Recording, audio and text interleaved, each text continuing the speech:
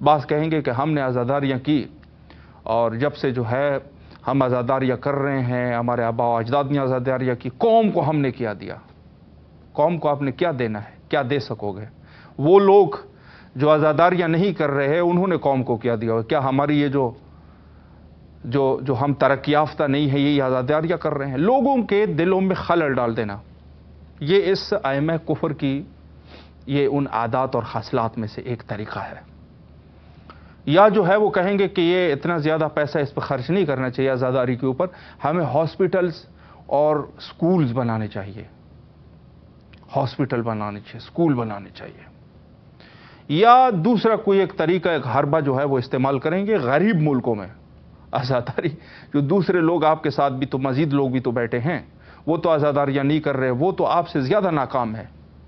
آپ سے بھی زیادہ، اگر یہ اس اعتبار سے جو آپ کہہ رہے ہیں تو وہ تو زیادہ ناکام ہے۔ اس میں سے تو ایسے ہے جو کٹر آزاداری کے دشمن ہے، کیا انہوں نے جو ہے بڑی ترقیاں کر لی جو آپ پیچھے رہ گئے ہو؟ بلکہ الحمدللہ ہماری شیعہ قوم جو ہے وہ دوسروں کے نسبت پڑھائی لکھائی میں اور دوسری چیزوں میں ایجوکیٹڈ ہوتے ہیں۔ یہ بھی سید شہداء علیہ الصلوۃ والسلام کا ایک خاص رحم و کرم ہے اس قوم کے اوپر۔ تو یہ وہ لوگ ہیں کہ جو آزاداری میں خلل ڈالنے کی کوشش کریں گے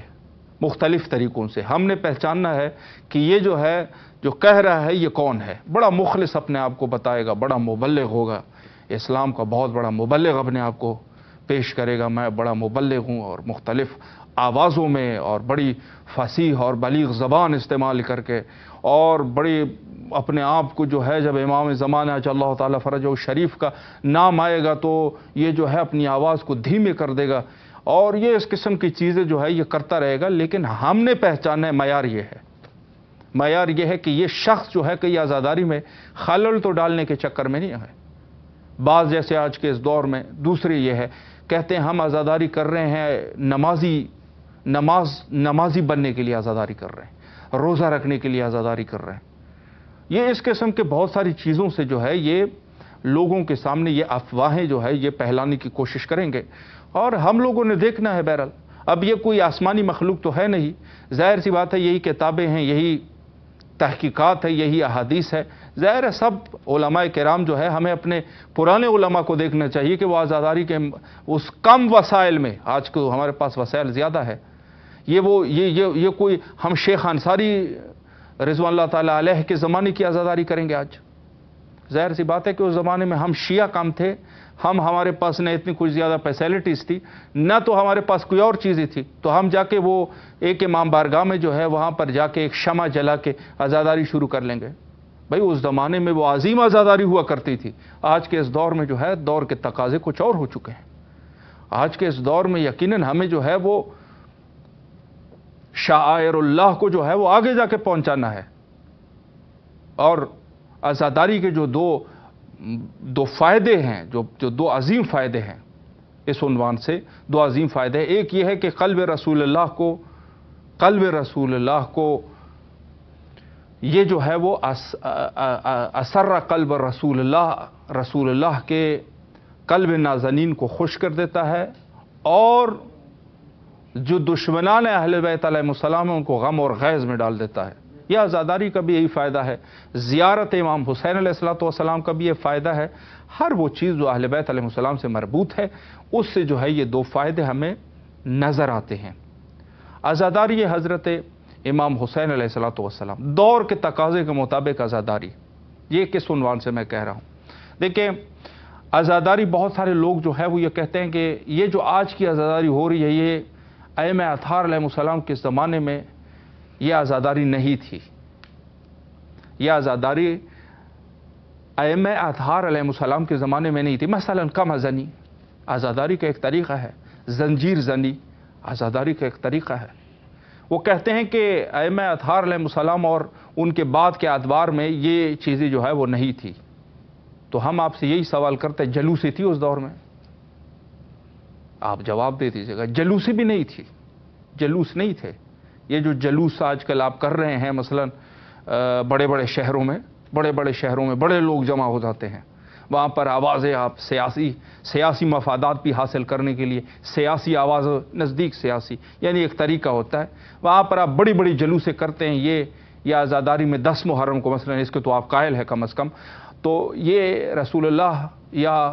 ائمہ اطہار علیہ السلام کے دور میں کوئی ایک روایت آپ ہمیں بتا سکتے ہیں کہ اہل بیت علیہ امام صادق علیہ الصلوۃ والسلام نے اپنے صحابہ کو جمع کر کے جلوس کرایا ہو؟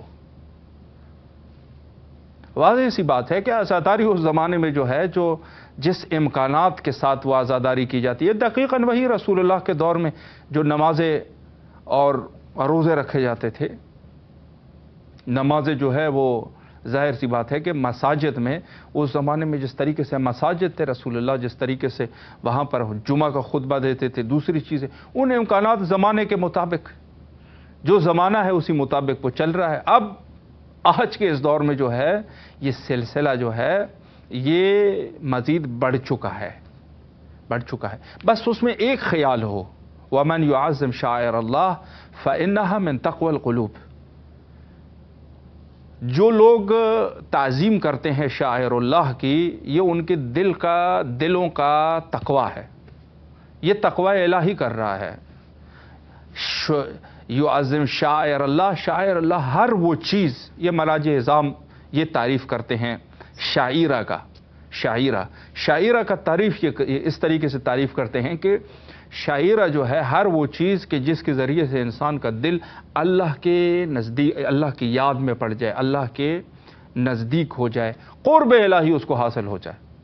اب ظاہر سی بات ہے کہ کوئی غیر شرعی کام، جو غیر شرعی کام ہے، مثلا شارع اسلامی نے بالکل نص ہمارے پاس موجود ہے کہ اس کام سے انہوں نے منع کیا ہو، مثلا ایک ایسا کام، مثلا بعض خواتین جو ہے وہ اپنے آپ کو جو ہے وہ بے حجابی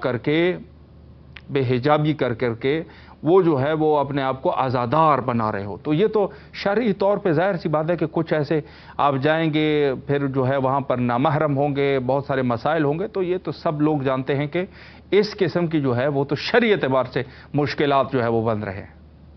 بعض علاقوں میں ایسا بھی ہے کہ مثلا خواتین ہے حجاب میں نہیں ہے لیکن وہاں پر مرد نہیں ہے، عزاداری دیکھیں، یہ بہت مہم نقطہ میں عرض کر رہا ہوں۔ بعض لوگوں نے کوئی غلط طریقہ نکال دیا، کہا کہ مطلقاً خاتون جو ہے وہ جو حجاب اسلامی کے علاوہ عزاداری کر رہی ہے اس کی عزاداری صحیح نہیں ہے، یہ غلط چیز ہے۔ حجاب اسلامی وہ حجاب کا حصہ جو ایک خاتون ایک مرد سے حجاب کرتی ہے، اگر مرد وہاں پر موجود نہ ہو تو خاتون کے اوپر حجاب واجب نہیں ہے۔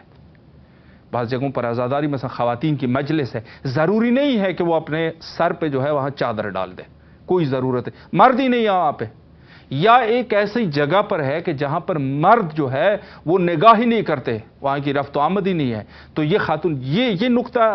ذہن میں رکھے۔ بعض لوگوں نے عزاداری کے دشمنے میں اس قسم کی نقطوں کو بھی اٹھایا ہے، البتہ کہ جو پڑھے لکھے لوگ ہیں یقیناً انہوں نے نہیں کیا ہوگا۔ عزاداری امام حسین علیہ الصلوۃ والسلام غیر شرعی کام جو حرام کام ہے اس کے علاوہ اگر کوئی شخص ایک کام عزاداری میں کر رہا ہے یہ جائز ہے مراجع کے فتاوی کے مطابق۔ مراجع فتاوی کے مطابق یہ جو ہے وہ حتیٰ وہ مراجع جو آج کے اس دور میں موجود مراجع کے فتوے کے مطابق بھی یہ چیز جو ہے وہ اپنی جگہ پر صحیح ہے اور ثواب ہے اس کا۔ شخص عزاداری کر رہا ہے جدید دور کے مطابق، جزا کی حالت میں ہے، جیسے حدیث میں ایک لفظ ہے جزا، اضطراری حالت میں انسان کے اوپر، انسان غم کی حالت میں ہے۔ جزا کی سب سے بڑی حالت یہی ہے کہ اگر کسی ایک خاتون کا بیٹا، جوان بیٹا فوت ہو جائے تو وہ جس حالت میں وہ ہوتی ہے، نہایت ہی غم کی حالت میں، نہایت ہی اندوہ کی حالت میں، اس حالت کو جزا کہتے ہیں، جزا۔ اب ایک شخص جو ہے جزا کی حالت میں ہے، اس نے اگر اپنے سر پہ کچھ مارا، خون جاری ہو گیا۔ ایک شخص ہے اس نے جزا کی حالت میں اپنے سینے پر ہاتھ رکھا، مارا۔ ایک شخص نے اپنے سر پہ مارا یا کسی اور جسم کے حصے پر مارا، یہ سب جو ہے وہ جزا کے حالات ہے اور یہ جو ہے وہ باعث ثواب ہے اور اس کاموں سے یقیناً قرب الہی بھی حاصل ہے۔ شعائر حسینیہ، شعائر الہیہ دونوں جو ہے وہ ایک ہی ہے، یعنی شاعر الہیہ میں سے مہم ترین شاعر حسینیہ ہے۔ عزاداری سید شہداء علیہ الصلوۃ والسلام میں ایک شخص جو ہے وہ مالی اعتبار سے اور فزیکلی اعتبار سے یا اپنے گفتار اور کردار کے ذریعے سے ترقی دے رہا ہے عزاداری میں، یہ ثواب کا کام کر رہا ہے۔ یہ مطلقاً جو ہے وہ اس کو حتیٰ وہ عزاداریہ جو ہے وہ جدید طرز فکر پر بھی ہو۔ اس پروگرام کے آخری حصے میں جو ہے وہ کچھ آداب محرم کے عنوان سے بھی آپ کی خدمت میں کچھ چیزیں بیان کروں۔ آداب محرم کے اعتبار سے بہت ساری چیزیں جو ہے وہ علماء کرام نے بیان فرمائی ہے، اس میں سے جو مہم ہے، فرمایا کہ سب سے پہلی جو آداب محرم ہے وہ ہے البکاء علی سید شہداء علیہ الصلوۃ والسلام۔ سب سے پہلی چیز سید شہداء علیہ الصلوۃ والسلام پر گریہ کرنا۔ انسان جو ہے گریہ کر رہا ہے، عزاداری کی مجلس ہو رہی ہے، وہاں پر اس نے شرکت کی، جو گریے کے ظاہر مجلس جو ہے وہ گریے کے لیے ہی برگزار کیے جاتے ہیں، واعظ نصیحت کے لیے تو نہیں کرتے۔ واعظ نصیحت تو ویسی مقدماً تر چیز ہوتی ہے، اصل چیز جو ہے وہ ہے گریہ، تو وہاں پر انسان کو شرکت کرنی چاہیے مجالس میں۔ یا جو ہے وہ جو جدید اعتبار سے میں کہہ رہا ہوں نوحے ہیں، مثلا نوحے پڑھے جاتے ہیں، پھر انٹرنیٹ کے ذریعے سے لوگ سنتے ہیں، نوحوں کا سننا، مجالس کا سننا، ذکر مصیبت کو سننا، یا کتابوں کو پڑھنا، کوئی ایسی چیز پڑھنا کہ جو سید شہداء علیہ الصلوۃ والسلام کے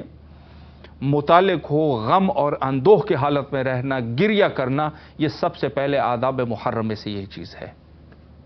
اور دقیقاً وہی سارے آداب جو کہ عاشورہ کے لیے ذکر ہوئے ہیں، ہم کو چاہیے کہ جو ابتدائی ایام ہے، جو آج کے اس دور میں معروف ہے، میں یہی تو کہہ رہا ہوں کہ آج کے اس دور میں اول محرم سے مجالس کا سلسلہ شروع ہو جاتا ہے۔ آپ بتا دیجئے گا کہ اس طریقے سے عشرہ کسی نے کرایا ہو، کسی امام نے، آپ کہہ دیتے ہو کہ یہ فلان چیز جو ہے وہ عصر ائمہ اطہار علیہ السلام میں یہ چیز نہیں تھی، تو آپ بتا دیجئے گا کہ عشرہ محرم کیا اس زمانے میں یہ تھی؟ نہیں تھی۔ کچھ روایات ہے جس میں ملتا ہے، مثلا امام رضا علیہ الصلوۃ والسلام نے مثلا یوم عاشورہ کو دیبل خزائن نے کچھ پڑھا، یا دوسرے کسی امام نے، لیکن اس طریقے سے عشرہ جو ہے یہ بھی ثابت آپ نہیں کر سکتے۔ دوسری چیز جو ہے وہ ترک السعی فی حوائج الدنیا، انسان کوشش کرے کہ مخصوصاً ان ایام غم میں، جو آج کے اس دور میں متعارف دن ہے، 10 دن یا اس سے زیادہ، یا پوری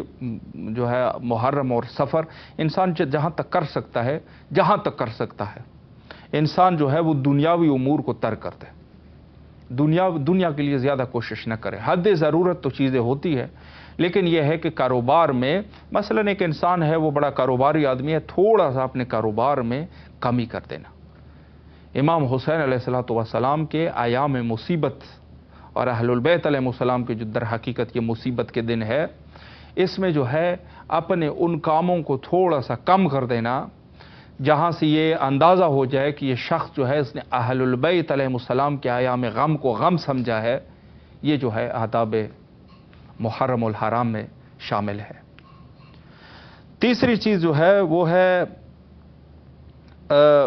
ذکر عطش الحسین علیہ الصلوۃ والسلام عند شرب الماء۔ انسان جو ہے ویسے تو ہر وقت یہ چیز جو ہے وہ بہتر ہے کہ انسان جب بھی پانی پیے تو سید شہداء علیہ الصلوۃ والسلام کا تذکرہ کرے، یعنی کسی بھی طریقے سے سلام اللہ علی الحسین، یا کسی اور طریقے سے، یا اپنی کسی زبان میں کوئی بھی زبان ہو اس اعتبار سے سید شہداء یا سلام بر حسین وسلام، اس قسم کی کسی اعتبار سے سید شہداء علیہ الصلوۃ والسلام کا تذکرہ جب انسان پانی پیتے ہوئے یہ تذکرہ مخصوصاً ان ایام میں بہت زیادہ ضروری ہے، چونکہ دل میں وہ چیز رہتی ہے کہ ہم جو ہے وہ کربلا والوں کے اس پیاس کو یاد کریں، اور جب بھی ہمیں پیاس لگے اور ہم پانی پییں ان کے پیاس کو بھی یاد کریں، یہ ضروری ہے۔ ویسے تو یہ محرم میں کیا پورے کے پورے سال یہ چیز ضروری ہے کہ انسان کرے۔ میں ایک اس میں بہت مختصر سے بتا دوں کہ ایک نہایت ہی معتبر قسم کی شخصیت تھی، اور عبد الکریم کفاش تہرانی، ان کی جو ہے جب رسول اللہ سے چونکہ بہت زیادہ محبت کیا کرتے تھے، اور امام زمانہ اجل اللہ تعالیٰ فرجہ شریف کے زیارت کے لیے انہوں نے کہا کہ آپ مجھے کچھ ایسا بتا دیجیے گا کہ میں اپنے امام کی زیارت کر سکوں۔ عبد الکریم کفاش نے یہ کہا، تو وہاں پر جو ہے وہ رسول اللہ نے فرمایا کہ میرے حسین پر پورا سال گریہ کرو، اور تو انہوں نے کہا کہ دن میں ایک دفعہ گریہ کروں؟ فرمایا نہیں، 2 دفعہ گریہ کرو۔ اللہ اکبر! یعنی خود سید الشہداء علیہ السلام کے ذکر پاک کو کرنا، یہ وقت کے امام سے وفاداری کی ثبوت ہے۔ یہ امام سے وفاداری کا سب سے بڑی دلیل ہے کہ انسان جو ہے وہاں پر یہ کرے۔ تو اگلی چیز جو ہے وہ ہے اظہار الحزن، اپنے حزن کو، اپنے غم کو لوگوں کے سامنے اظہار کر دینا۔ بس انسان جو ہے آتے جاتے کسی جگہ پر بھی ہے، حالت اس کی ایسی ہے جو دوسرے ماہوں کے بنسبت اس کا چہرہ جو ہے مثلا زرد ہے،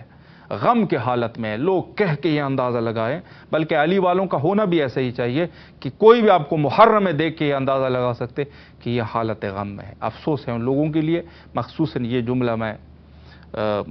خواتین کے لیے کہنا چاہوں گا کہ بہت زیادہ اس چیز میں دقت کریں کہ ہم جو ہے وہ غم میں جا رہے ہیں، کوئی شادی نہیں ہے، کوئی تقریب نہیں ہے، غم میں ہم جا رہے ہیں۔ سید شہداء علیہ السلام کا غم ہے، غم میں انسان شیعہ ہے، اس کو اندازہ کوئی بھی دیکھ لیں اس کو پتہ چل جائے کہ یہ جو ہے اس کے اوپر غم جو ہے وہ طاری ہے۔ اور دیگر بھی بہت سارے چیزیں جو ہے اس میں وارد ہے، اور مجالس میں شرکت کرنا، دوسری بہت ساری چیزیں، یہ سب جو ہے اس میں شامل ہے، اور یہ ہمارے ذہن میں ہونا چاہیے۔ آخری جملہ میں یہ عرض کروں کہ عزاداری جو ہے اس کو ہم کسی دوسری چیز کے لیے استعمال نہ کریں، بلکہ عزاداری خود جو ہے وہ ایک مقصد ہے۔ اور آخر میں انشاءاللہ العزیز محرم الحرام کی مناسبت سے مرجع اعلی جہان تشیع حضرت آیت اللہ العظمیٰ سید صادق حسینی شیرازی حفظ اللہ تعالی مبلغین اور عموم مومنین کے درمیان قم المقدسہ بیت المعظم اللہ میں انشاءاللہ العزیز خطاب فرمائیں گے، اور اردو زبان میں بھی یہ خطاب انشاءاللہ آپ کی خدمت میں ڈبنگ کیا جائے گا، اور دوسری زبانوں میں امام حسین علیہ السلام چینلز کے ذریعے سے آپ اس خطاب کو سن سکتے ہیں۔ نہایت ہی مہم نکات ہوتے ہیں، اور انشاءاللہ وقت ہو سکے تو ضرور اس خطاب کو سماعت فرمائیں۔ وقت ہمارا تقریباً انتہا پر پہنچ چکا ہے، اور اس ماہ میں چونکہ دعاؤں کی قبولیت کی ماہ ہے، حجت خدا کے ظہور کے لیے کثرت سے دعا کیا کیجیے، اور آخر میں ہم بھی تمام مومنین کی نیابت میں یہی دعا کرتے ہیں، اللہم عجل لولیک الفرج۔